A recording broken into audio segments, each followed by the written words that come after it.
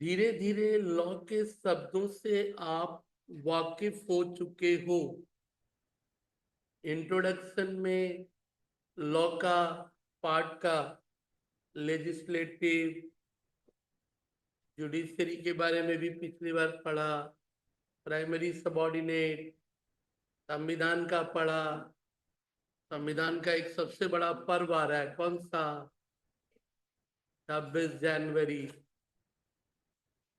और वो पर्व ये है, इसलिए बोला जाता है कि हमारी गणतंत्र का सबसे बड़ा पर्व है वो। इसी दिन तो हमें वो कॉन्स्टिट्यूशन के अधिकार क्या हुए, पास हुआ 26 नवंबर भले ही, बट लागू कब से हुआ? 26/11।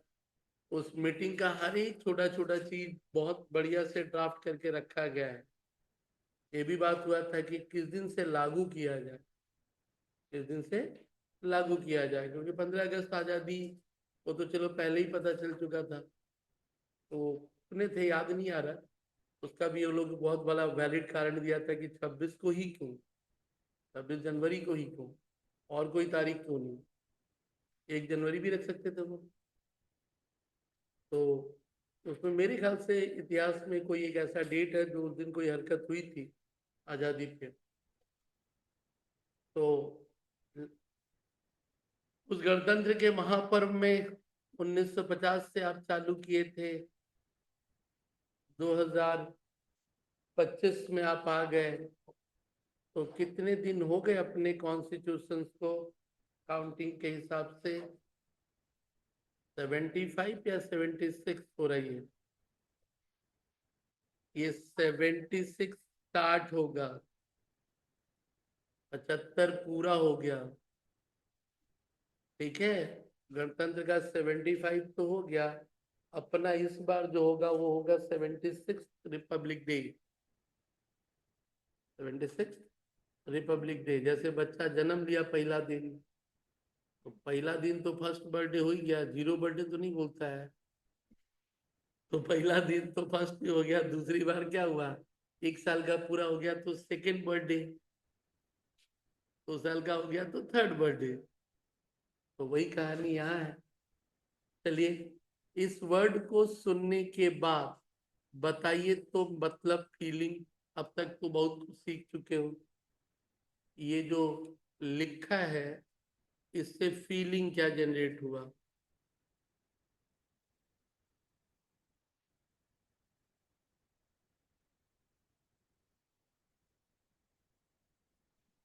थोड़ा और नमक मिर्च लगाओ, जो बोले हो ठीक है, बट और थोड़ा।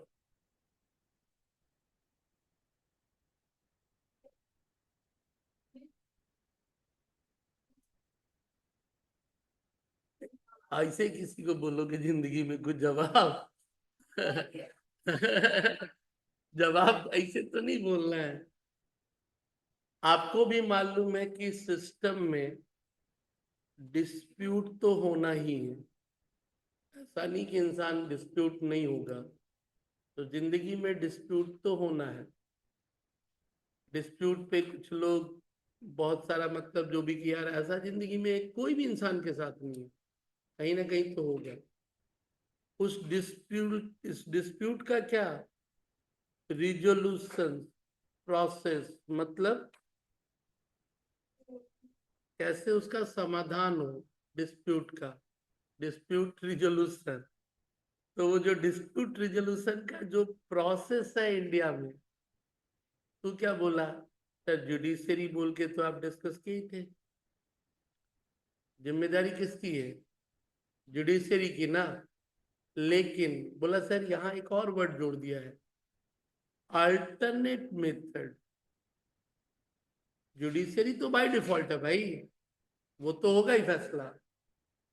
उस दिन ही जो बताए थे, देखा ही तुम लोग 3 दिन पहले, बीच में क्लास हुआ नहीं, आरजी कर में बोले थे ना, रेयर ऑफ रेयरेस्ट नहीं मानेगा तो वो फांसी नहीं देगा। तो रेयर ऑफ रेयरेस्ट नहीं माना, उसने अपने जजमेंट में उसके कारण बताए why it is not rare of rarest. मैंने कहा ना कि वो सारा सुप्रीम कोर्ट ने प्रेसिडेंट क्या है, दे दिया है। तुमने पढ़ा था ना सुप्रीम कोर्ट के फैसले के 2 हिस्से, एक हिस्से मानने के लिए आप बाध्य हो, एक हिस्से में आपके ऊपर है। तो सियालदह कोर्ट के जज जो साइनी साहब या सानी साहब जो भी थे, उन्होंने कहा कि रेयर ऑफ रेयरेस्ट नहीं है, तो न्यूज में भी डिबेट उसी बात को है। तो अंग्रेजी में हम लोग कहते हैं रेयर ऑफ रेयरेस्ट, मतलब रेयर, जो रेयरेस्ट ऑफ रेयर, रेयर तो है उसमें भी रेयरेस्ट है। तो लोग कभी बोलते हैं ना कि गुड बेटर और बेस्ट, गुड बेटर और, तो लोग क्या बोलते हैं, बेस्ट, सबसे बढ़िया कौन, बेस्ट। तो उसमें नमक मिर्च वाले कम नहीं है ना। बेटर देन बेस्ट, क्या बोलते हैं, बेटर देन बेस्ट, वो उससे भी ऊपर हो गया। खाली एक वर्ड लेना था तो गुड बोला भाई, बेटर बोला उससे बढ़िया, बेस्ट सबसे बढ़िया, बोला सबसे बढ़िया से बढ़िया, तो बेटर देन बेस्ट। तो उसी में था वहां पे वर्ड क्या, rarest of rare, rare of rarest, यानी एक तो बहुत ही जघन्य है, उसमें भी जघन्य। तो अल्टरनेट डिस्प्यूट रिजोल्यूशन, तो जुडिशरी बाय डिफॉल्ट है। तो तुमको पढ़ के लगा भाई क्या अलग भी कोई और तरीका है जिससे कि डिस्प्यूट को क्या किया जा सकता है, सेटल किया जा सकता है। ठीक है, तो आप पढ़ने वाले हो जुडिशरी के, supreme court, high court, lower court से हट के कोई और तरीके जो तुझे बहुत जगह मिलते हैं। तो स्टोरी इधर जो भी हो, तो हेडिंग का नाम क्या ले लिया, alternate dispute resolution process, alternate dispute resolution process. Okay, तो सबसे पहला भाई, झगड़ा सुल्तान जब सुलझाने का, तो दो लोग जब नहीं मान रहे तभी बात आगे बढ़ रही, और दो समझदार लोगों ने पे तो पहले खुद ही मान लेते, बोलते भाई बाद में कहाँ का जाना, यही मान लो। ठीक है, तो दो लोग नहीं माने तो मामला आगे बढ़ा, और पढ़ेंगे अभी कि प्राइमरी जिम्मेदारी तो नॉर्मली बोलोगे तो किसका है, कोर्ट, और अलग अलग लॉ में क्या सेट किया गया है, ट्राइब्यूनल, बोले ही थे। लेकिन इन दोनों के अलावा arbitration, mediation, conciliation, negotiation, others, but तुम पढ़ने वाले हो नॉर्मली इन तीन के बारे में। तो लिखो line, primary dispute resolution body, primary dispute resolution body is is either a court or a tribunal. Primary dispute resolution body is either a court और ट्राइब्यूनल। प्राइमरी जिम्मेदारी किसकी है, कोर्ट की, और वॉर ट्राइब्यूनल की। यानी आपके दुखों को एड्रेस करने का, दुखों को यहाँ पे एक लाइन बोलते हैं व्हाट, ग्रीवेंसेस। आपको कुछ शिकायत है, आपको क्या है, तो शिकायत को कौन एड्रेस करेगा, उसको बोलते हैं रिड्रेस, रिड्रेसल। एड्रेस मतलब कौन तुम्हारी बातों को सुनेगा, बोलते हैं ना कि तुम इसको एड्रेस करो या बताओ। तो अंग्रेजी के ऐसे वर्ड्स को अपनी क्षमता बनाने की कोशिश करिए। तो ग्रीवेंसेस रिड्रेसल सिस्टम प्राइमरी तो था, अगले सेंटेंस में लिखेगा कि others method are, others methods are arbitration, other methods are, primary तो वो थे ना, other methods are arbitration, mediation, conciliation,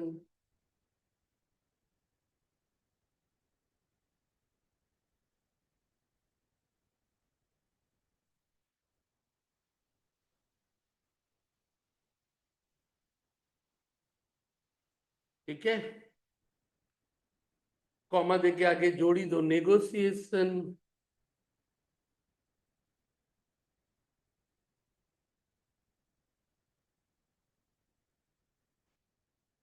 and other. ठीक है,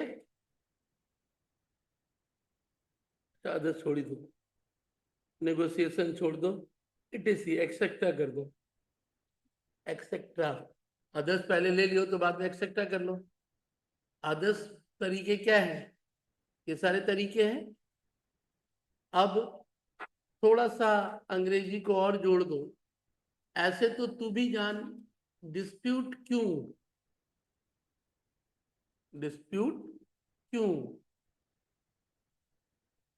दो लोग या दो पार्टी, अकेले में तो डिस्प्यूट ही नहीं है भाई, इसीलिए तो सन्यासी बन जाते लोग। बट वहां भी जमता। कल देखा ममता कुलकर्णी जी सन्यासी बन गई, एक एक्ट्रेस महामंडलेश्वर। तो कहानी जो जो भी हो, दो जहां पार्टी हो गई और किसी बिंदु पे दोनों सहमत नहीं हुए, तो दो पार्टी होने से ही तू पढ़ेगा आगे, और पीछे पढ़ चुका है कॉन्ट्रैक्ट, चाहे वो रिटन हो, चाहे वो वॉट ओरल, दो होने से ही कॉन्ट्रैक्ट का बात आ गया। तो दो होने से कॉन्ट्रैक्ट का बात आ गया, तो स्पेशली जो आपका ट्रीटी, कॉन्ट्रैक्ट या समझौता, दो दोस्तों के बीच भी समझौता होता है। अब ये ट्रीटी या कॉन्ट्रैक्ट में ये जो है, ये डिपेंड करता है ना किस तरह के धंधे से रिलेटेड है। हर एक धंधे का अलग अलग तरह का क्या होता है, कॉन्ट्रैक्ट होता है, लोग उसमें जिक्र करते हैं। और उन सब में ही एक डिस्प्यूट क्या है, अराइज हो सकता है। इसका पहले से उस कॉन्ट्रैक्ट में वो लोग क्या करते हैं, जिक्र कर देते हैं कि देख भाई ऐसा झमेला हुआ ना, तो हम लोग आर्बिट्रेशन के पास जाएगा। मालूम है, पहले ही बोल दिए ना भाई। और हमारी इंडिया में तो तू भी जानता है, एक सबसे झगड़ा हुआ तो पहले फैमिली में बात होती है, फैमिली सुलझा दिया, बात ही खत्म। उसके बाद पंचायत, बात कहाँ गई भाई, कोर्ट ही पहले काहे चला जाना। तो दोनों पार्टी पहले क्या सोचते हैं, चल भाई पंचायत। लेकिन आजकल लोग ज्यादा स्मार्ट है, बोले ना फैमिली जाएगा ना पंचायत जाएगा, सीधे कोर्ट। लेकिन हमारी भारतीय परंपरा में तो ये भारतीय सभी जगहों में था ना कि भाई क्यों ही उधर जाना, तो जानो यार, बातचीत से कहीं भी जाओगे, कोर्ट भी तो क्या करेगा, फैसला सुनाएगा, और किसी एक को क्या करना होगा, मानना तो पड़ेगा। और कोर्ट क्या करेगा, दोनों की बातों को सुनेगा, और जो मोस्ट लॉजिकल इक्विटीज आधार है उस पर एक फैसला देगा। तो जो फैसला कोर्ट दे सकता है एक बंदा बैठा हुआ, वो तो एक फैमिली का हेड भी दे सकता है सुन करके। अब कुछ लोगों को लगता नहीं उसके पास पावर अथॉरिटी नहीं है, तो उसका नहीं मानेंगे, कोर्ट का तो मानना पड़ेगा।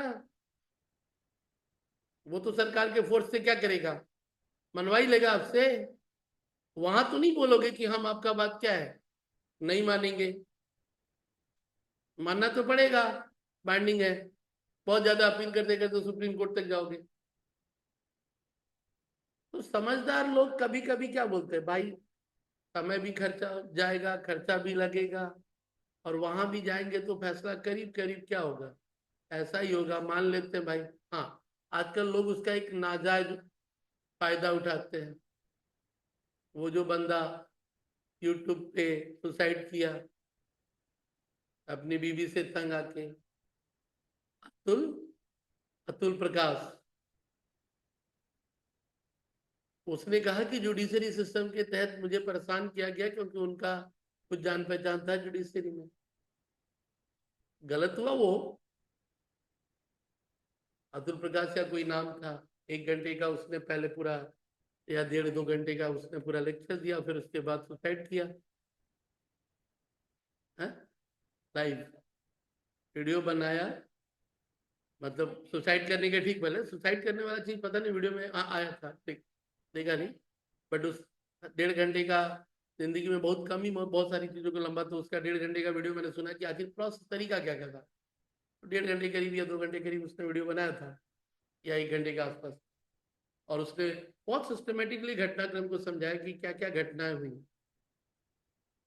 तो जब बंदा समझा रहा था तो न्यूज में ही एक जगह दिखा था, तो मैंने फिर उसको, तुली दाम था मेरे ख्याल से, तो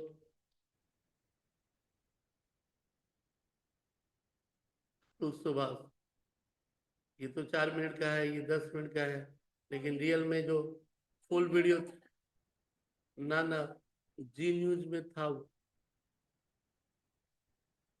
एक कोई न्यूज में देखा था, ये तो सब एनालिटिकल है ना, बट वो अतुल सुभाष का जो फुल वीडियो था, अब पता नहीं हटा दिया हो तो अलग बात है, क्योंकि सरकार अथॉरिटी के तहत, क्योंकि उसने बहुत गंभीर आरोप लगाए थे, उसने बहुत क्या किए थे, जुडिशरी या बहुत लोगों पे गंभीर आरोप लगाए थे, हटा दिया, यूट्यूब ने हटा दिया, बट वो था। और उसने करीब करीब तो सारा इसी जी न्यूज पे ही देखा। हाँ, ये वाला देख, 1 9 घंटे का। जिंदगी में ऐसी चीजें हैं, इसलिए कहा ना कि जो चीज देखते हो तो सब एक दूसरे से कनेक्टेड तो है। तो दो पार्टियों के बीच का कॉन्ट्रैक्ट था, और दोनों ने पहले से ही फैसला कर लिया था कि जब डिस्प्यूट होगा तो आगे हम लोग कैसे प्रोसीड करेंगे। ये नहीं कि उस समय भी उस बात को भी झगड़ा लेके हो जाए। तो एक लाइन उस पे लिख लेना, provisions of dispute resolution clauses, provisions of dispute resolution clauses are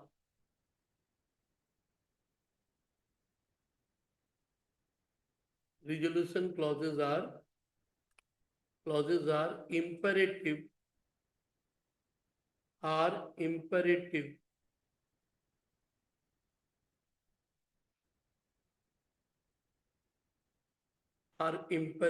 in trade and commerce,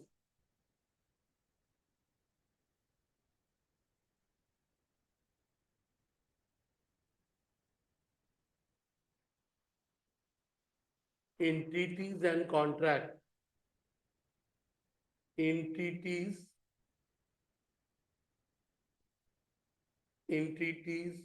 and contract,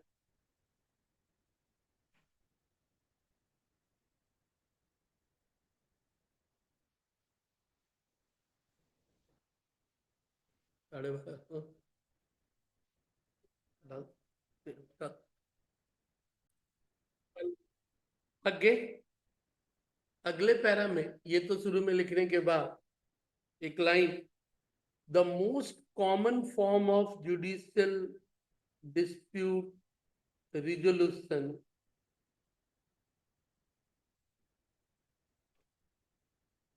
the most common form of judicial dispute resolution is litigation.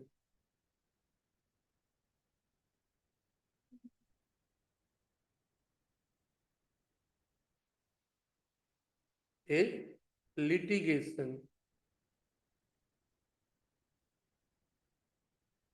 Litigation. आगे the process, उस सब के बाद the process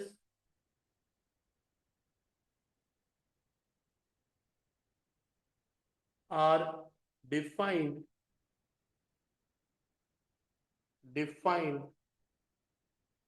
in legislation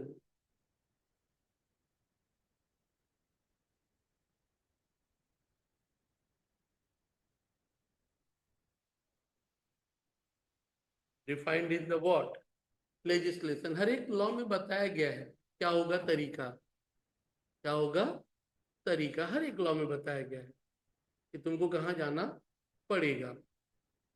यदि contract नहीं भी किए हो तो वैसे तो क्या है, बताया गया।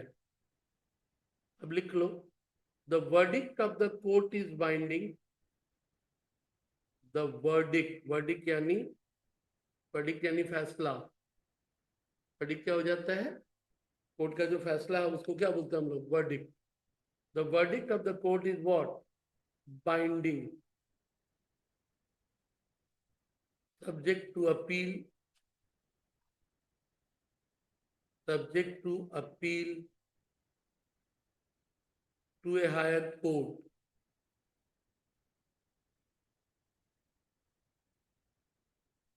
Subject to appeal to a higher court.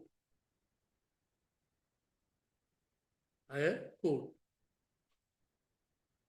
फिर लिख, judicial dispute resolution is, judicial dispute resolution is adversarial.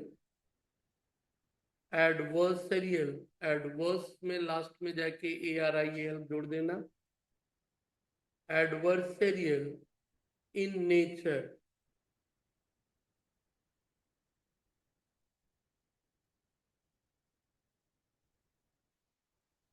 थोड़ा अजीब वर्ड है, MCQ में जा सकता है. केस फाइल वाला क्या बोलता है कि अपोजिट पार्टी के उल्टी तरफ मेरे को आप फेवरेबल डिसीजन दो. केस करने वाला क्या सोचता है कि मैं जीतूंगा. केस करने वाला ये तो नहीं बोला कि हम हारने के लिए जा रहे हैं. केस करने वाला क्या बोल के जा रहा है, मैं जीतूंगा. किसके अगेंस्ट में? अपोजिशन पार्टी के अगेंस्ट में. अपोजिशन पार्टी के अगेंस्ट में तुम फैसला चाहता है, अगेंस्ट में. ऐसी ही चीजों के लिए उसने कौन सा वर्ड यूज किया? एडवर्सरियल. यानी जो रिजोल्यूशन का जो तरीका है इन नेचर, एक नेचुरल वे में तुम चाहते हैं कि सामने वाले पार्टी के अगेंस्ट में मेरे को क्या करो, वर्डिक्ट दीजिए या ऑर्डर दीजिए. चलिए अब आ जाओ अपने टॉपिक पे कि कोर्ट के बाहर कोई भी और तरीके जो अपनाए उसी को क्या बोला गया? ADR. क्या बोला गया? ADR. तो अगला कुछ हेडिंग में लिख ले, method of dispute resolution.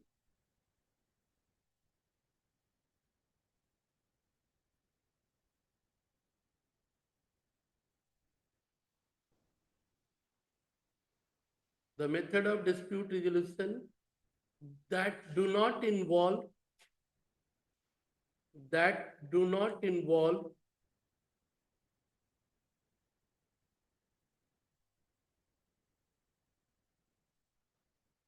litigation through court,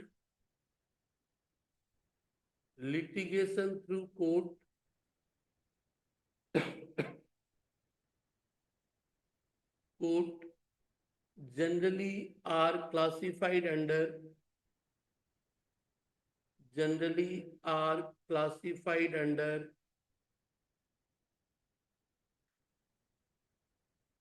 alternative dispute resolution. Classified under alternative dispute resolution, bracket में ADR. Classified under ADR. Court के बाहर कोई भी तरीके से किसी झगड़े को सुलझाते हो, रिजॉल्व करवाते हो, तो उस तरीके को क्या बोलते हैं? वो ADR. रिजोल्यूशन मतलब सुलझाना, रिजॉल्व करना मतलब सुलझाना. तो नॉर्मल तरीका क्या था? Court litigation. तुम उस रास्ते में नहीं जाके क्या कर रहा है, अलग रास्ते से जा रहा है. क्यों नहीं गया कोर्ट में? तू एक तो पैसा और उसके अलावा सनी देओल का डायलॉग, तारीख पे तारीख. तो बोला भाई छोड़ यार, उधर नहीं जाना है, बाहर ही सुलझा लेते बात खत्म. सबसे ऊपर में सेकेंड लाइन में क्या क्या लिखा था अदर मेथड में? सेकेंड में एक तो लिखा था ना सब में शुरू में, अदर मेथड्स आर. वहां एक ठो वर्ड और जोड़ देना, लोक अदालत. लोक अदालत, एल ओ के, हिंदी वाला भाषी है, एल ओ के अदालत, यानी इंग्लिश में ही लिखना है वो, लोक अदालत। चलिए अब आ जाओ, कुछ तरीका क्या कहता है। अब ध्यान दे, ये वाला आजकल बदल भी चुका है, क्रिमिनल प्रोसीड्योर कोड और civil procedure code. Modi ji की सरकार ये बोलती है कि हमने अंग्रेजों के जमाने का ये लॉ क्या किया, बदल दिया। पहले था सीआरपीसी, आजकल उसका नाम, पहले 302 में फांसी की सजा थी ना, अभी 302 आजकल नहीं बोला जा सकता। आजकल CrPC, criminal procedure code, criminal नाम बदल के कर दिया गया है बीएनएस। बीएनएस का पूरा नाम भारतीय न्याय संहिता, मतलब पूरा चीज ही बदल गया ना। पहले किस पे थे, क्रिमिनल प्रोसीड्योर कोड, अभी नाम क्या हो गया उसका बदल के, लॉ बदल दिया गया भाई। क्यों बदला गया, बोला भाई अंग्रेजों के जमाने का बहुत पुराना लॉ था, आज की तारीख में बहुत सारी चीजों का रिलेवेंस समझ में नहीं आता है, और उस नाम को रहने से हम लोगों को लगता हम लोग अभी भी गुलाम है। 75 था ना, सेक्शन का तो नंबरिंग इधर उधर हो ही जाएगा, बातें वही है, कुछ नई बातें जुड़ी होंगी। देख 100 चीज यदि उसमें होगा पुराने वाले में, तो हो सकता है कि 20-30 चीज का आजकल कोई मतलब नहीं है, तो 20-30 को वो लोग क्या किए होंगे, हटा दिए, और लगा कि 5-10 और नया क्या करो डाल दो। तो मेन मुद्दे की बात तो वही होगी जो उस दिन वाला था, लेकिन लॉ का नाम ही बदल दिया गया। तो पहले वो क्या बोलते थे, सीआरपीसी, आजकल क्या बोलते हैं, CrPC new name is what, भारतीय ना, एक है सॉरी, इसमें दूसरा न्याय संहिता में वो सिविल वाला हो गया, सॉरी, अब लॉयर है नहीं भाई, भारतीय नागरिक सुरक्षा संहिता, बीएनएसएस, सुरक्षा। और वो था हमारा सिविल प्रोसीड्यूर कोड, सिविल वाले का क्या बोल दिया, भारतीय न्याय संहिता, भारतीय संक्षय अधिनियम, ये नए नाम 1 जुलाई 24 से लागू हो गए। हाँ, अभी तो अमित शाह जी वो लॉ में पास हुआ था संसद से, तो सरकार उस दिन वही बोलने की गई कोर्ट की, हम लोग यार इतना दिन बाद कम से कम सिविल प्रोसीड्योर, पहले था नाम क्या था, सिविल प्रोसीड्योर कोड था, अभी उसका नाम क्या कर दिया गया है,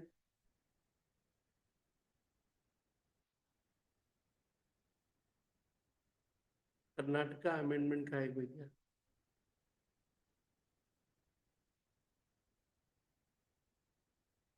criminal procedure, civil procedure, civil,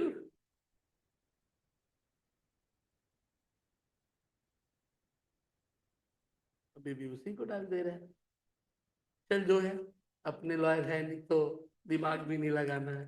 हाँ इतना जान, या तो सीआरपीसी को ही 3-4 नाम से क्या किया होगा वो लोग, तोड़ा है, भारतीय नागरिक सुरक्षा संहिता, भारतीय न्याय संहिता, मतलब लगा कि फीलिंग इंडियन इंडियन आना चाहिए ना, अंग्रेजों का फीलिंग क्रिमिनल प्रोसीड्योर कोड काहे को रहे। इसीलिए आजकल देख, आजकल वो लोगों को सेक्शन में थोड़ा प्रॉब्लम होता है, क्योंकि उनको तो पुराना वाला पूरा याद हो चुका था, अचानक नया वाला का नंबरिंग इधर उधर क्या हुआ। अब मान ले कि पुराना 302 का क्या किया, अभी 302 जो सीआरपीसी था, इंडियन पेनल कोड, अच्छा हाँ अभी याद है, code of criminal procedure code था, एक था इंडियन पेनल कोड, कौन सा कोड, आईपीसी।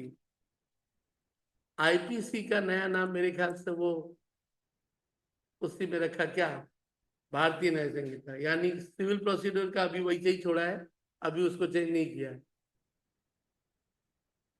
तो क्या था? Criminal procedure code. और क्या था? Indian penal code.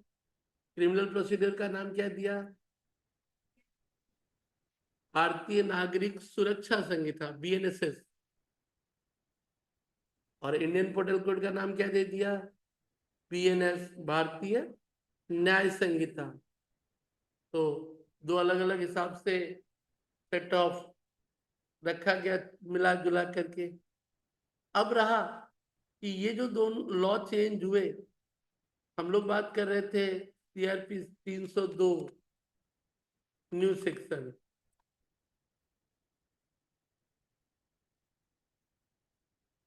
सेम रखा है।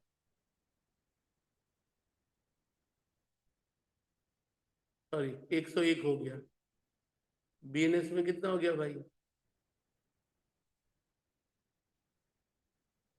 आईपीसी में पहले 302 बोलते थे मर्डर, बीएनएस में कितना बोलोगे? तो बीएनएस के 302 में क्या है? छिनताई की घटना, चोरी छिनताई, स्नैचिंग।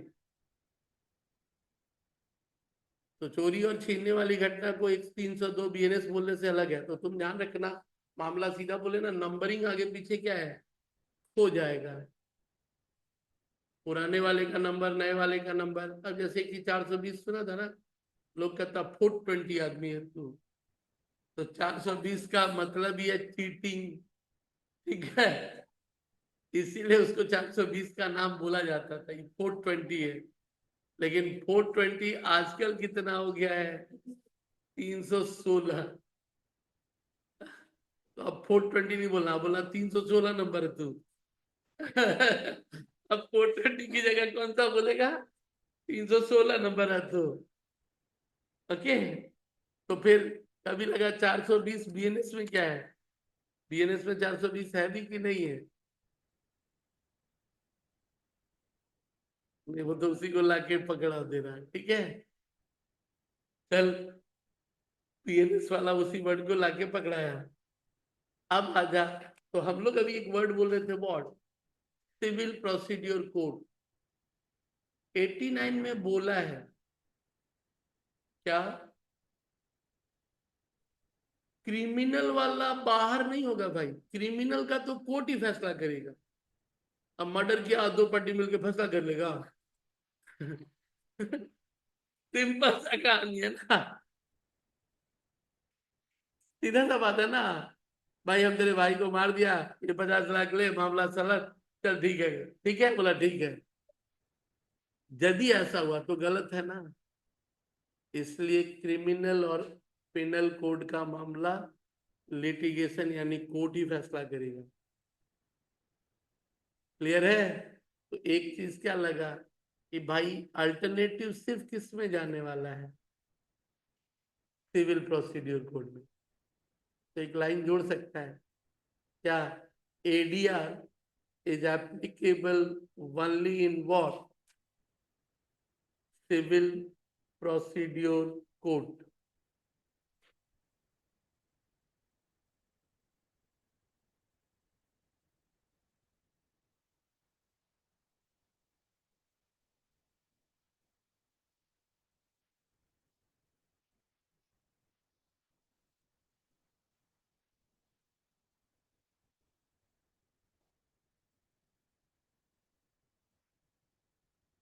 क्लियर? तो अब आजा, सिविल प्रोसीड्योर का 89 सेक्शन क्या बोलता है? क्योंकि जब तुम किसी के पास जा रहा है तो पहले तो यही ऑब्जेक्शन उठा कि क्या कोड ऑफ सिविल प्रोसीड्योर में ऐसा बोला गया है, हम लोग बाहर जाके फैसला कर सकता है?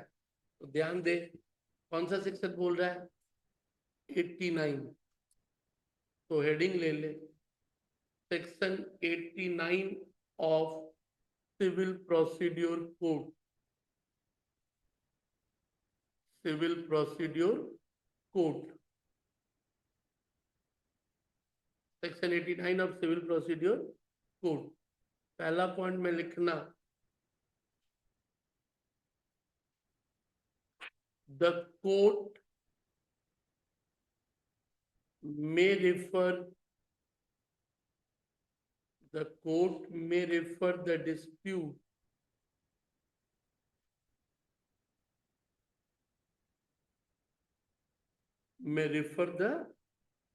dispute to ADR. To what? ADR. अब ऊपर तो लिख ही चुका है ADR में क्या है, ठीक है। तो कोर्ट को लगता है कि पार्टी दोनों एक्सेप्ट कर सकता है, मे वर्ड है, पार्टी क्या कर सकता है। तो कोर्ट को क्या लगता है, देख मेरे पास रहेगा तो बहुत समय लगेगा, एक काम कर तुम लोग वहां जाओ, उनसे क्या है करवा लो। तो वो था। अब रहा, कोर्ट तो रिफर कर दिया, रिफर करने के बाद सबका अपना अपना क्या है, प्रोसेस है। सबका अपना अपना क्या है, प्रोसेस है। तो उतना तो अपने को नहीं जानना। तो दूसरा पॉइंट में क्या लिखना, the ADR the ADR should settle the dispute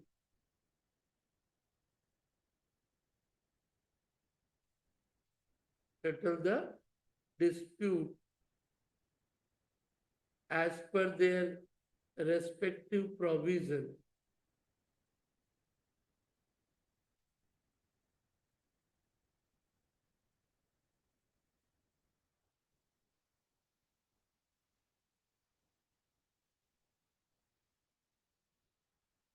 respective provision, ठीक है। अब जब कुछ पार्टी बोलती है कि सर मामले को रेफर कर दीजिए, तो कभी कभी कोर्ट बोलता है कि फीस दो, क्योंकि देख भाई दूसरे के पास भेजेगा तो उसका पैसा लगता है ना। कोर्ट का तो सरकार सैलरी दे रही है, उसका पैसा तुमको देने का है नहीं, और देते भी है तो बहुत मिनिमम अमाउंट। लेकिन यदि और किसी के पास भेजा तो सामने वाला क्या बोलेगा, हमारे पास फ्री टाइम तो नहीं है, हम क्यों करें काम, हमको उसका पैसा क्या है। तो फिर पार्टियों को बोला जाता है कि भाई एक पैसा तेरे को जमा क्या है करना पड़ेगा। पार्टी बोलता है कि सर हम जीत गए तो क्या हमको ये वापस मिल जाएगा। बोला जीत गया तो तेरा पैसा तेरे को क्या होगा, वो जो फीस है वो वापस मिल जाएगा। तो वो सब लीगल प्रोसेस है हटा। अब थोड़ा थोड़ा हम लोग एक एक के बारे में लिखेंगे। किसके बारे में, एडीआर के एक एक अलग के बारे में। पहला नाम दे, arbitration.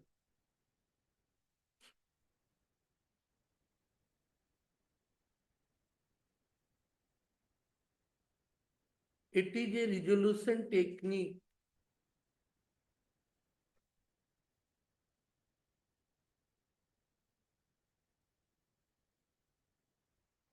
it is a resolution technique in which a third party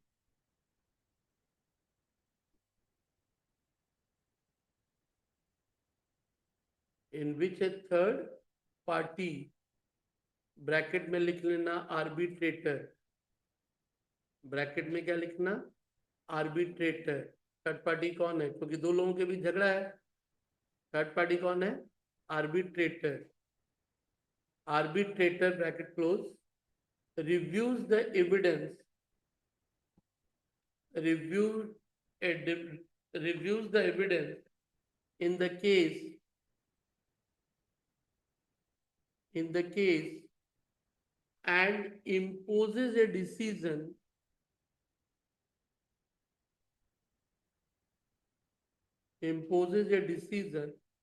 that is legally binding,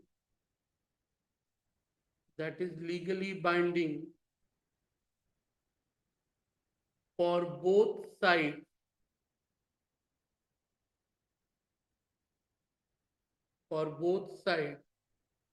and enforceable, both sides and what, enforceable। तो दोनों पार्टी को कोर्ट भेज दिया था, कभी कभी वो लोग खुद से भी चले जाते हैं। थर्ड पार्टी का नाम क्या है, आर्बिट्रेटर। क्या करेगा वो, एविडेंस को रिव्यू करेगा और बाद में क्या करेगा, एक फैसला देगा, दोनों को मानना है। आर्बिट्रेटर कौन, तू भी आर्बिट्रेटर बन सकता है सीए में, इसलिए तेरे को पढ़ाया भी जा रहा है थोड़ा सा। आर्बिट्रेटर एक थर्ड पार्टी है, यानी पकड़ के चल सरपंच, बट सरपंच वाला तो ऐसे लोकल का पार्ट है, और इसीलिए कभी कभी कोर्ट भी पंचायत के फैसले में नहीं पड़ता है। बोलता भाई हम तो छोड़, तू जहां रहता है तेरे आसपास कौन है, कभी कभी बोलता है जो पंचायत का देख लेता है कि पंचायत का फैसला तो जायज है। और हरियाणा और राजस्थान के जो जाट हैं, सुनता ही है, आज महापंचायत है। महापंचायत मतलब पंचायतों का पंचायत। पुलिस भी साइड, वो लोग ऐसे ही लठैत है। बोला पुलिस को, तू कौन होता है बोलने वाला बे, हम लोग फैसला कर दिया, तू होता कौन है। इसलिए हरियाणा, राजस्थान और यूपी के जो ये जाट एरिया वाले जो पंचायत है ना, ताऊ सरकार को भी बोलते हैं चुपचाप निकल ले,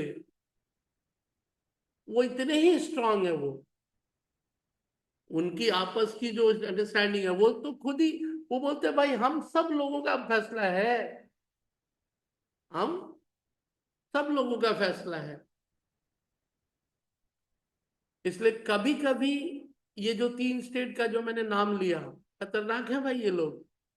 वहां कभी कभी एडमिनिस्ट्रेशन भी इनसे पंगा नहीं लेता है।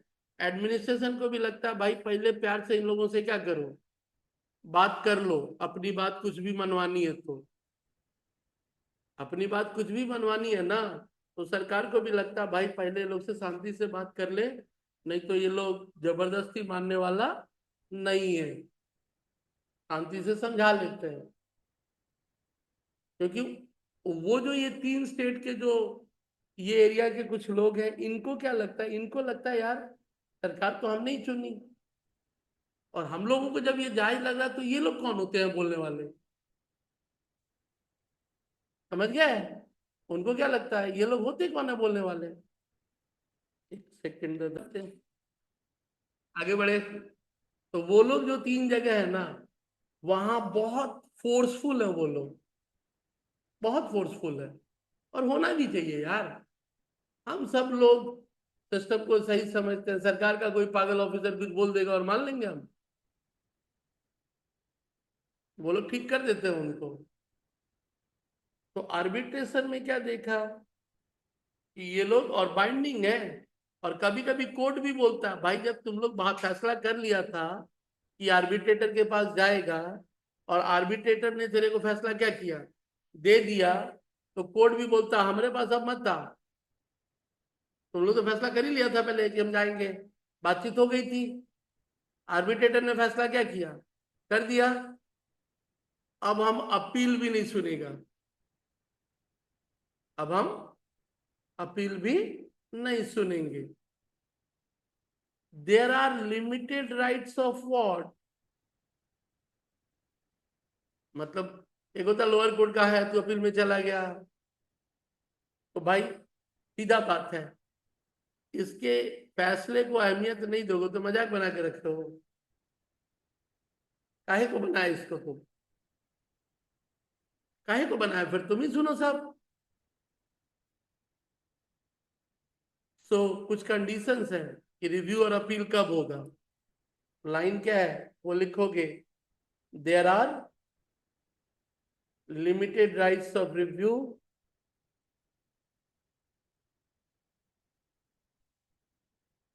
and appeal of arbitration award, limited rights of review and appeal of arbitration. Okay,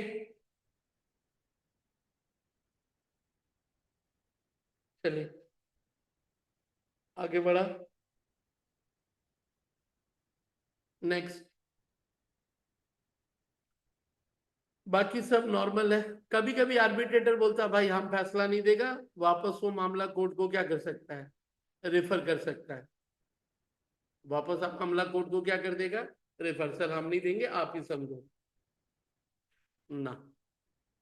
चलिए, कुछ बेसिक चीजें हैं वो बताने की जरूरत नहीं। आर्बिट्रेशन में जो मामला है वो क्या है, पास्ट होता है, ठीक है। आर्बिट्रेशन प्रोसीडिंग, ये लोग ज्यादातर जो पार्ट है वो क्या है, नॉन पब्लिक, यानी उस फैसले की कॉपी पब्लिक को नहीं मिलेगी। कोर्ट का फैसले का कॉपी क्या है, वेबसाइट पे डाला है, बहुत सारी चीजें। तो आर्बिट्रेशन अवार्ड जो ऑर्डर है वो क्या है, नॉन पब्लिक, पब्लिक उसमें पार्टिसिपेट नहीं कर सकती है। यदि मैटर में बहुत कुछ टेक्निकल चीजें हैं तो आर्बिट्रेटर किसी और का हेल्प क्या है, ले सकता है। कभी लाइफ में पढ़ोगे, एक लॉ है इस पे, आर्बिट्रेशन एक्ट, ऑलरेडी उस पे एक लॉ भी है, उसको बोला गया है व्हाट, आर्बिट्रेशन एक्ट। तो उसी आर्बिट्रेशन एक्ट के तहत section 7, section 7 arbitration act, then what, section 8 उस आर्बिट्रेशन में, सेक्शन 10, सेक्शन 11 आर्बिट्रेशन एक्ट के बारे में पूरा बात किया। क्यों बात किया, क्योंकि सीए में होते हुए तुम क्या बन सकते हो, आर्बिट्रेटर बन सकते हो ना। तुम बोला हमको इनकम टैक्स ये सब छोड़ो, हम क्या बनेगा, आर्बिट्रेटर, ठीक है। उसका वो लोग प्रोफेशनल एग्जाम लेते हैं, वो सारा कुछ तुमको पूरा करना होगा, क्योंकि तुमको तो वो प्रोसेस पूरा अपनाना पड़ेगा। तो आपके प्रोफेशन यानी एक ही रास्ता, मतलब एक ही काम करोगे वो जरूरी नहीं है, आप बहुत सारा काम कर सकते हो। तो आर्बिट्रेशन एक्ट कभी सीएस में पढ़ा था, उसी आर्बिट्रेशन एक्ट की कहानी में था कि वो आर्बिट्रेशन एंड कॉन्सिलिएशन दोनों है, arbitration and what, conciliation act, तो दोनों के लिए एक लॉ है। भूल गया, पढ़ा था कब, 97 में, चल। हाँ 97 में वो लागू, 97 या 80 में तो सीएस का था, उसी में देखा था कि ये लॉ था। तो उस लॉ में कुछ बातें थी और वहीं से ही हल्का एहसास था कि आर्बिट्रेशन, तो ये जो सेक्शन का जिक्र है वो कौन से लॉ की बात कर रहे हैं, वो आर्बिट्रेशन एंड वॉट। तो चल, ये जो सेक्शन का नाम है वो लिख, क्योंकि एग्जाम में तू भी जानता है एमसीक्यू उठा देगा इस समय। तो लॉ का नाम लिख, क्या हुआ मौसी जी, the arbitration and conciliation act. पता नहीं कुछ तो है, और इसी टाइम में आके रोएगी ये।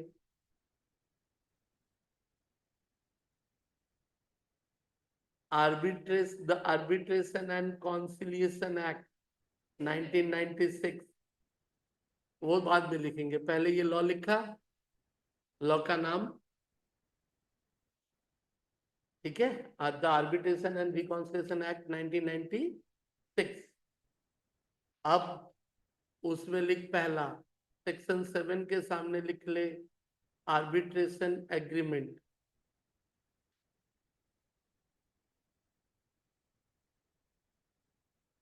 आर्बिट्रेशन एग्रीमेंट, जिंदगी में ये जो बड़ी बड़ी कंपनियां हैं, जो बड़े बड़े लोग कॉन्ट्रैक्ट करते हैं ना, तो कॉन्ट्रैक्ट करते करते वो लोग उसी समय एक और एग्रीमेंट साइन करते हैं, और उसी एग्रीमेंट का नाम हो गया व्हाट, आर्बिट्रेशन एग्रीमेंट। उस एग्रीमेंट को साइन करते वक्त उनकी मंशा क्या है भाई, उनकी मंशा यही है कि देख झगड़ा हुआ ना, हम लोग जाएंगे किसके पास, आर्बिट्रेटर के पास। दो आदमी पहले से क्या किया, फैसला कर लिया। तो उसका एक, उस लॉ में क्या बोला गया है, आर्बिट्रेशन एक्ट में बोला गया कि उसका एक अलग कॉन्ट्रैक्ट है और उसको अलग से आप क्या पहले करिए, साइन करिए। दूसरा लिख, सेक्शन 8, सेक्शन 8 में जो हेडिंग है, पावर टू रेफर पार्टी,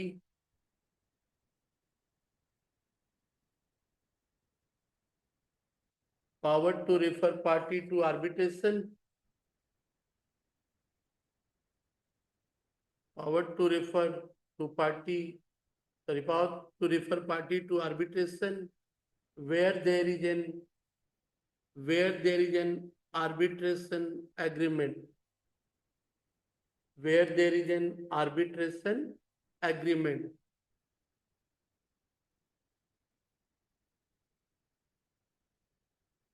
मामला पहले समझ में आया?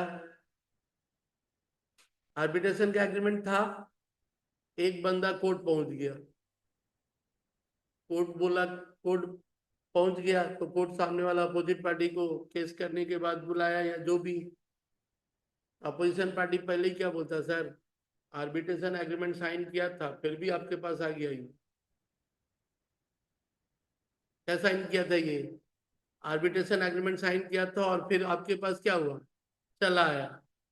कोर्ट क्या बोला उसको, चुपचाप आर्बिट्रेटर के पास जाएगा, हम अभी सुनने वाला नहीं है। तो कोर्ट को पावर रहा सेक्शन 8 के तहत, एक जुडिशियल अथॉरिटी क्या करेगी, जुडिशियल बोलने का मतलब ही कौन, कोर्ट। और जब दो लोग, तुम लोग साइन कर चुका था तो क्यों जा गया भाई कोर्ट के पास। और सेक्शन 8 के तहत, वो उस अधिकार के तहत मामला को कहाँ रेफर कर दिया, यानी कोर्ट ने कहा हम मामला सुनेंगे ही नहीं पहले, क्योंकि तुम लोग पहले से डिसाइड क्या था, कर चुका था ना भाई। चल, section 10, number of arbitrator.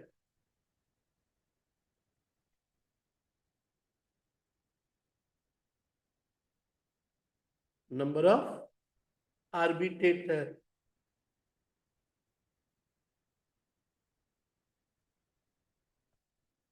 Arbitration में जो आर्बिट्रेटर है, कभी कभी अपने समझने के लिए लिख लेना सरपंच, मतलब पंचायत वाला कहानी। तो आर्बिट्रेटर जरूरी नहीं है कि एक ही बंदा होगा, वो लोग कितने हो सकते हैं, 2 4 5 10 कुछ भी। और तुम भी जानते हो कि फैसला जब आता, तुम लोग कभी सुने होगे 5 जजेस बेंच, 5, यानी कभी तुम्हारा मामला सिर्फ एक जज सुनता है, कभी क्या है, एक से ज्यादा, यानी 3 जज भी हो सकते हैं। और कभी कभी उस लॉ की भाषा में एक वर्ड है फुल बेंच। कौन सा वर्ड, फुल बेंच। देखना चाहता हूँ 5 है या 7 है, full bench of supreme court. जब बड़े मामले होते हैं ना, तो मामला रेफर कर दिया जाता है फुल बेंच। फुल बेंच का मतलब 5, 3 और 5 दोनों ही बोल रहे हैं लोग। और एक हो गया कॉन्स्टिट्यूशनल बेंच, और कॉन्स्टिट्यूशनल बेंच क्या होंगे, 5 या 5 से ज्यादा। यदि किसी कॉन्स्टिट्यूशन के मामले पे ही झगड़ा चल रहा है, मिनिमम क्या होने चाहिए, 5 या 5 से ज्यादा। क्योंकि देख, एक आदमी की समझ अपनी जगह, 5 आदमी की समझ क्या है, क्यों एक आदमी के बात पे फैसला फाइनल होगा भाई, एक आदमी का फाइनल फैसला हो जाएगा, ऐसा तो होना नहीं चाहिए। तो जब बहुत इंपॉर्टेंट झगड़े होते हैं ना, मतलब सीरियस, तो जज लोग भी समझदार है, बोला देख भाई अकेले हम लोग नहीं सुनेंगे, एक साथ क्या होंगे, 3 लोग बैठेंगे मिनिमम। इससे समझ में आता है ना कि एक आदमी हो सकता है कि कहीं हो। और जब बोला तीनों यदि आपस में डिफर कर गए तो नहीं, तो मेजोरिटी का होगा। दो जज हाँ बोला, एक क्या बोला ना। फैसला जब दो का हाँ का है तो, हम मंदिर के फैसला में 5 जजेस थे भाई, एक का तो ना था। फैसले को लेते वक्त वो उसको क्या करते हैं, कंसीडर करते हैं। तो तुम भी देखा होगा सुप्रीम कोर्ट पार्ट में तीनों बैठे रहते हैं, तीनों के सामने वो बोला जाता है, तीनों अपना अपना कंक्लूजन कर रहे हैं, तीनों अपना अपना। आर्जिकर का जो जजेस का बेंचेज है, कभी सुन देखा ही थोड़ा उसी मामले में, आर्जिकर का सुप्रीम कोर्ट हियरिंग वाला, सामने कितने जज बैठे हुए हैं, 3 बैठे हैं ना, एक नहीं बैठा है। तो सुप्रीम कोर्ट ने क्या बोला, अपने में भी पारदर्शिता लाने में, सुप्रीम कोर्ट है कि भाई हम लोग के पास जो हियरिंग आता है ना, और जब तक कि वो सेंटिमेंटल ना हो, उसका होगा पार्ट क्या, पब्लिक हियरिंग। तो बोला कोर्ट रूम छोड़ो, लोग अपना टीवी से देख रहे हैं, एक कैमरा इस तरफ, अब कैमरा फिक्स है, वो मूव नहीं हो रहा है, मूवी की तरह शूटिंग नहीं हो रहा है कि उसको जूम ये कड़क भड़क किया जा रहा है, इसलिए थोड़ा अजीब लगता है ये। एक कैमरा किस तरफ, जज की तरफ, एक कैमरा किस तरफ, एक पार्टी का लॉयर, और एक कैमरा किस तरफ, दूसरी पार्टी का लॉयर। फिलहाल ये बोल रहे हैं।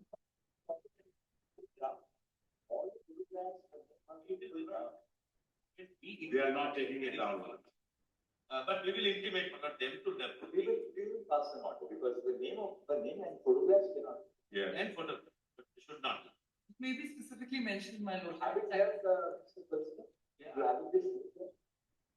टोटल 3 पार्टी हो गए थे, एक स्टेट गवर्नमेंट के समय से, एक सीबीआई की तरफ से वकील थी, और एक तुम्हारे डॉक्टर्स की तरफ से वकील थी, डॉक्टर्स लोगों का एसोसिएशन। मेरे ख्याल से ये इंदिरा जय सिंह जी वो डॉक्टर्स लोगों की एक तरफ की वकील थी, ये सीबीआई के वकील थे मुकुल रोहतागी, और एक स्टेट के वकील थे कपिल सिब्बल। अबे मारे, अब कपिल सिब्बल एक आदमी इनके पीछे देख, असिस्ट करने वाले लोग, और आर्गुमेंट का तरीका। That direction. What is the date? Yes, we passed the direction. What is the date of the download? Chief justice DY Chandrachud अभी तो चल हटे, और 3 जज है। मतलब क्या है, जब ये बोला जा रहा है तो ये अपना कंक्लूजन ले रहे हैं, ये अपना ले रहा है, ये अपना ले रहा है। फैसला देते वक्त तीनों क्या करेंगे, अपना अपना देंगे। ऐसा नहीं कि तीनों मिलकर ज्वाइंटली एक फैसला लेंगे। इसको बोला जाता है वॉट, इसको बोला जा रहा है फुल बेंच वाला कहानी। इसके लिए मैंने कहा कि बेंच का मतलब क्या रहा, फुल बेंच या what, constitutional bench. Constitutional bench में कम से कम कितने लोग होने चाहिए, क्यों ज्यादा नंबर रहा भाई? तू तो संविधान बदलने की बात या चेंजेस पे बात हो रही है, किस पे बात हो रही है? सबसे सुप्रीम चीज के बारे में बात हो रही है, तो सिर्फ एक आदमी के भरोसे कैसे छोड़ दिया जाए? तो एक आदमी के भरोसे आप छोड़ ही नहीं सकते हो। अब रहा कि जब बात आई नंबर ऑफ आर्बिट्रेटर, तो जरूरी है कि एक ही आर्बिट्रेटर होगा, एक से ज्यादा होंगे। लेकिन आर्बिट्रेशन एक्ट क्या बोलता है, जितना रखना रख भाई, बट 4-8 मत रखना, इवन नंबर नहीं होना चाहिए। बोला इवन होने से प्रॉब्लम है कि 4 हाँ बोला 4 ना बोला, क्या होगा? प्रॉब्लम तो वो भी है। तो सेक्शन 10 में नंबर ऑफ आर्बिट्रेटर लिखा, सामने क्या लिखेगा, should not be even number. सामने क्या लिखेगा, should not be even number.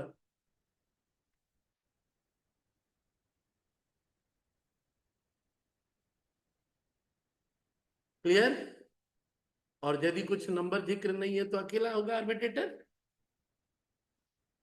And section 11 क्या बोला, आर्बिट्रेटर कौन अपॉइंट होगा, कैसे अपॉइंट होगा?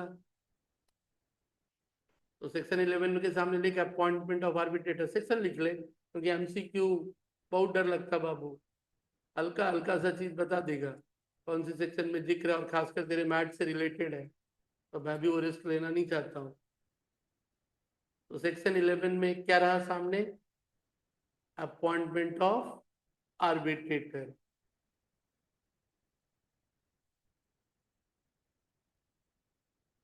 ध्यान रखना एक वर्ड बहुत खतरनाक है,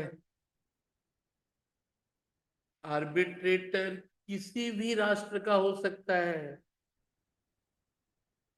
2 कंपनियां फैसला कर ली, हम लोग सिंगापुर के आर्बिट्रेटर से फैसला करेगा, सिंगापुर के, क्योंकि तुमको ही मालूम ना, ये भाई बहुत बढ़िया फैसला देता है।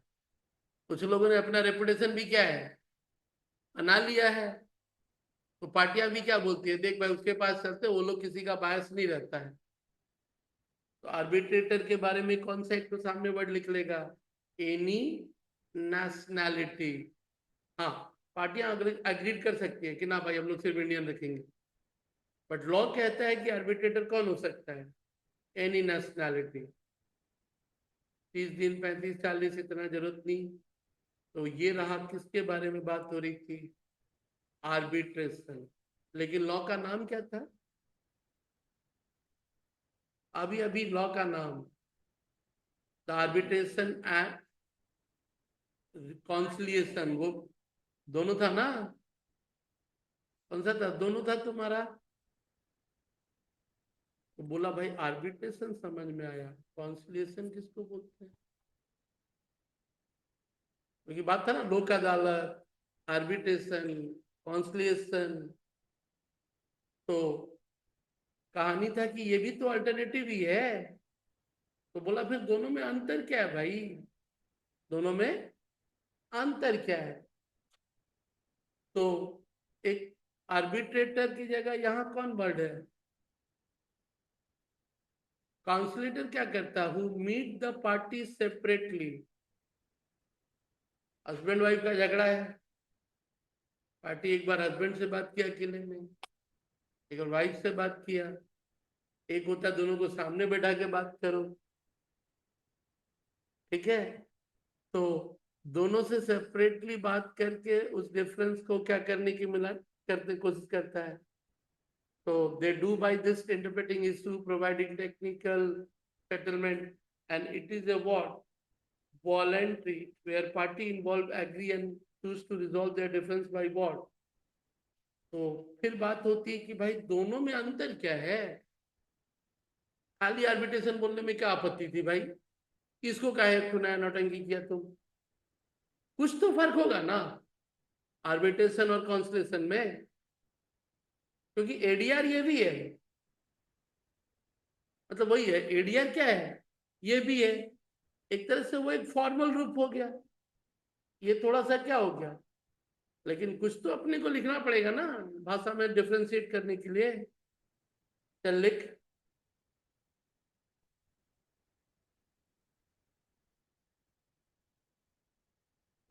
कौन सा वर्ड लिखते हैं?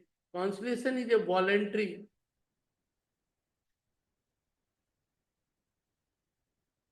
voluntary, where the parties involved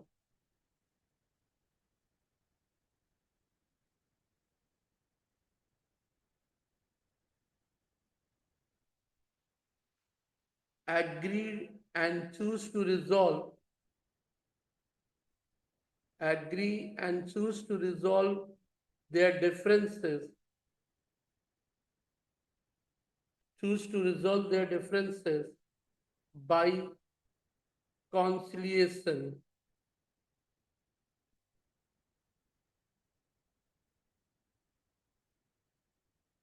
Resolve मतलब फैसला लेना, resolve their differences by conciliation। एक लाइन लिख लेना, conciliator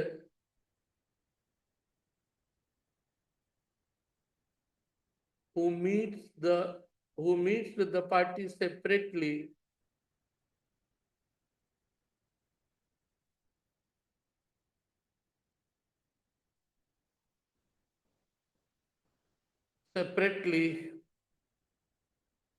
and discuss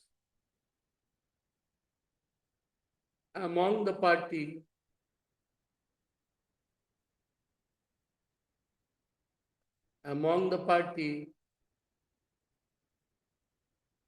with an aim to explore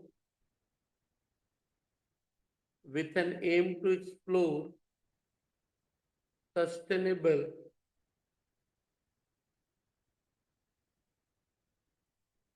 and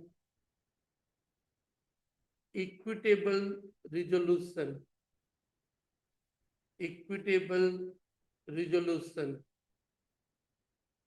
एक बहुत थ्योरेटिकली मेन करीब करीब मीनिंग तो वही है। चलो क्या था बोल पहला? कॉन्सलिएटर, जैसे आर्बिट्रेशन को आर्बिट्रेटर बोला, इसको क्या बोला? कॉन्सलिएटर। क्या करता है वो? दोनों पार्टी से अलग अलग जाके बातचीत करता है, दोनों से बोलता है भाई तू किस में खुश, तू किस में खुश, कौन सा ऐसा तरीका, मतलब वो दोनों से बात करता है कि भाई तेरे को क्या चाहिए और तेरे को क्या चाहिए, और दोनों में दोनों से बार बार बात करता, देख भाई तू थोड़ा इधर आ, तू थोड़ा इधर आ, और दोनों राजी हो गए कि देख एक ऐसा रास्ता अपनाए जो लंबे समय तक चले। कौन सा बोला, सस्टेनेबल। दोनों से बातचीत करके क्या कर रहे हैं, झगड़े को सुलझाने की कोशिश कर रहा है, और ऐसा नहीं कि टेम्पोररी। सस्टेनेबल का मतलब क्या रहे, हमेशा रहे। सस्टेनेबल एंड इक्विटेबल, इक्विटेबल मतलब समान रूप से दोनों को, मतलब ऐसा ना हो कि एक पार्टी गेन कर जाए और एक क्या हो। एक रियल लाइफ में झगड़ा किस बात का है, सीधा सीधी पकड़ ले कि मैंने किसी को ऑर्डर दिया कि मेरे को ये 1 लाख पीस चाहिए एक दाम पे, सामने वाले ने दिया, खराब निकला या कुछ भी, या मैं ऑर्डर कैंसिल करवाने गया। तो बिजनेस की दुनिया में ऐसी घटनाएं रोज हो रही हैं, और ऐसी घटनाएं जब रोज हो रही हैं तो नुकसान, प्रॉब्लम, इस सब चीजों के लिए ही ये सब, क्योंकि तू पढ़ रहा है बिजनेस की दुनिया में ये सब। प्राइवेट लेवल पे क्या हुआ, सीआरपीसी, वो सब छोड़ हटा, अपना तो धंधे से मतलब है। और धंधे में ऐसे हजारों झगड़े हैं, धंधे में ऐसे क्या है, हजारों झगड़े हैं जो रोज हो रहे हैं। एक बिजनेस के पास बहुत सारा झगड़ा ये रोज हो रहा भाई। अब इन झगड़ों के लिए तू रोज रोज कोर्ट दौड़ेगा ना, धंधा करेगा। तो इसके लिए तू क्या करता है, आर्बिट्रेटर और कॉन्सुलेटर को क्या किया है, रखा है। मतलब रखा मतलब उनके पास जाता, बोलता भाई मामला जल्दी क्या करो, चल डालो। थर्ड लिखेगा, लास्ट है मीड, थर्ड और दो चार, फटाफट लिख, मीडिएशन।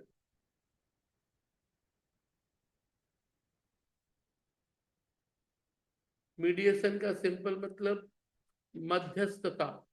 क्या बोलते हैं, मतलब एक आदमी बीच में बोलता भाई दोनों बात ही नहीं कर रहा, बोला एक को बीच में ला, कम से कम वो क्या करेंगे, बात तो करेंगे। कंसलिएशन को समझौता भी बोलते हैं लोग।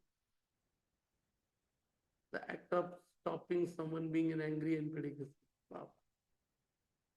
चल, एक करीब करीब सबका मीनिंग नियर अबाउट क्या है, सेम ही है। चल लिख, मेडिटेशन क्या लिखा, मेडिटेशन बोल रहा हूँ, मीडिएशन। मीडिएशन यानी मध्यस्थ। तो चल पहला 2 लाइन ही बहुत बढ़िया इसका। डिस्प्यूट सेटलमेंट थ्रू मीडिएशन में it is A voluntary, it is A voluntarily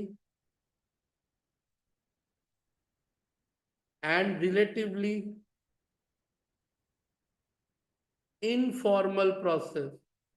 It is a voluntary and relatively informal process of dispute resolution. Dispute resolution.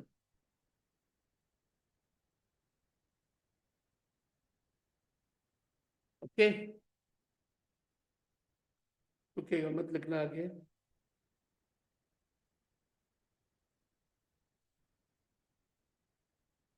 Mediator, the mediator only acts as a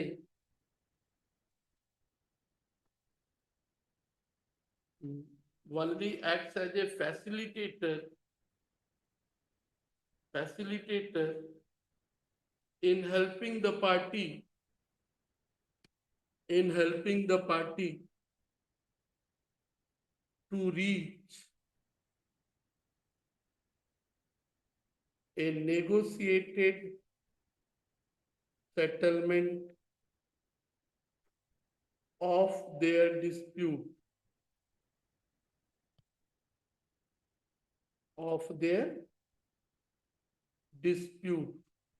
arbitration वाले को arbitrator बोला, कॉन्सलिएशन वाले को कॉन्सलिएटर बोला, mediation वाले को mediator बोला। अब ये मीडिएटर जो है वो इनफॉर्मल प्रोसेस है, मतलब फॉर्मल नहीं है। फॉर्मल कौन है, आर्बिट्रेशन। और आर्बिट्रेशन दोनों से एक तरह से क्या है, दो मतलब ले दे के वही दोनों से कम्युनिकेट करके एक ऐसा पार्ट करना जिससे कि दोनों को प्रॉब्लम ना हो। चल, एंड लास्ट लिख लेना लोक अदालत।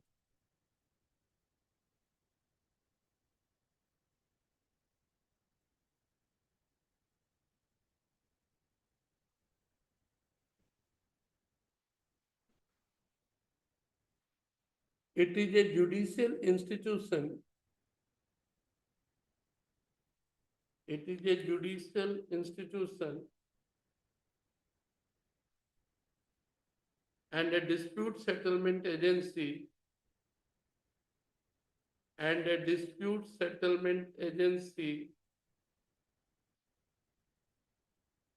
developed by people themselves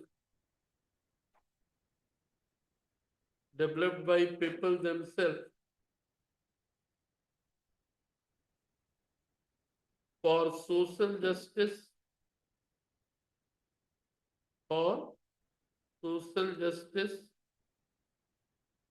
based on settlement, based on settlement or compromise reached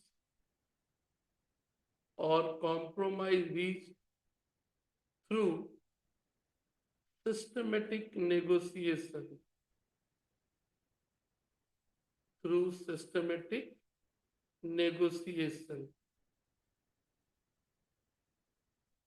चल, क्या बोला, ये भी जुडिशियल इंस्टीट्यूशन है लेकिन इसमें वकीलों की जरूरत नहीं है, इसमें लोग ही हैं वकील। तू बैंक का एक ठो लोन मार दिया, 2 लाख का क्रेडिट कार्ड का पैसा क्या किया, नहीं दिया।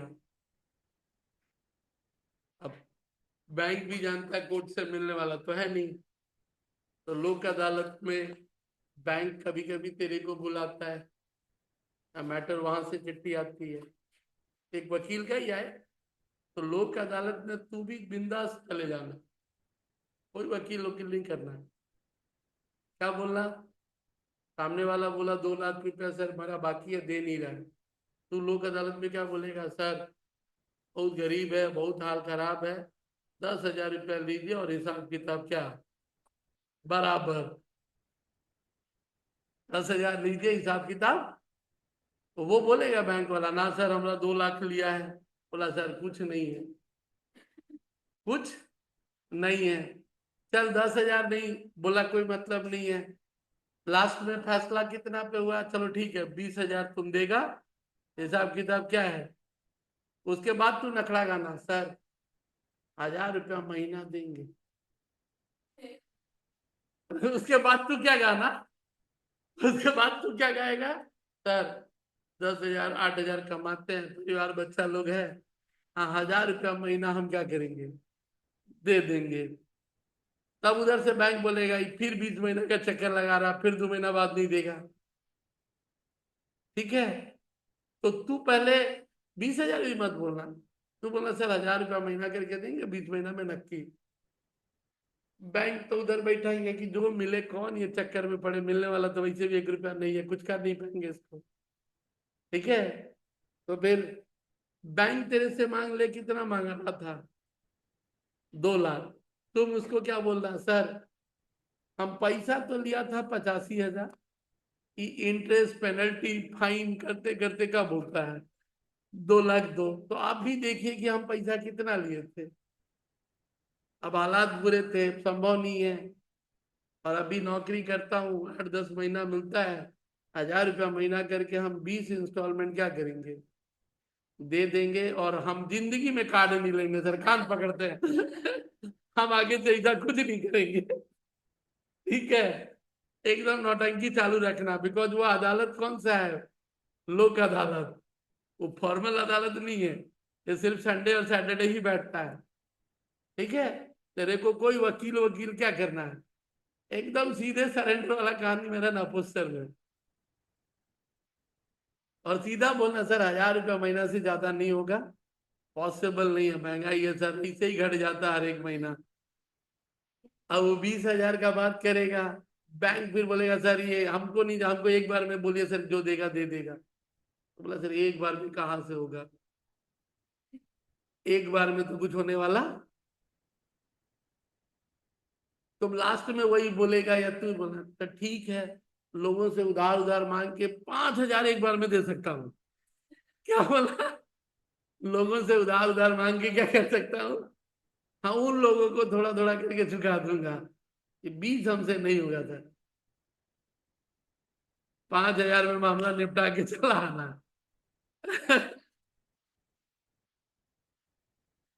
ठीक है। ये प्रोसेस है किसका, लोक अदालत का। तो लोक अदालत का नॉर्मली देखना वही क्रेडिट कार्ड, छोटे छोटे बैंक लोन, वो सब चिट्ठी क्या है आता है। ऐसे यदि फोन करे तो बोल देना एक ही वर्ड। बहुत समय फोन से परेशान भी करेंगे, फोन उठाना, बोला देखो भाई हम कुछ नहीं जानता, हमारे पास नहीं है। बोला क्या मतलब है? बोला हम नहीं जानता, आगे से हम फोन नहीं उठाएगा तुम्हारा। बहुत ज्यादा होगा तो तुम जाओ कोर्ट कचहरी, हमको नहीं मालूम, हम नहीं उठाएगा, हम परेशान हो जाता आपका फोन सुन के, हम सुसाइड कर लेगा फिर। तुम्हारे अगेंस्ट में केस आ जाएगा, ये हमको बहुत परेशान कर रहा था। ठीक है, तो ये वर्ड बोल के बेचारे को फंसा दिया। और वो मामला मान ले लोक अदालत से आया तो ये नौटंकी कर देना, या तू ही लोग, या, या तू ही जब चिट्ठी लीगल आए तो लोक अदालत में चला जाना, सर देखिए ना ये मामला है, थोड़ा सा आप लोग इसको क्या करिए, सुलझा दीजिए, हम परेशान हो रहे हैं।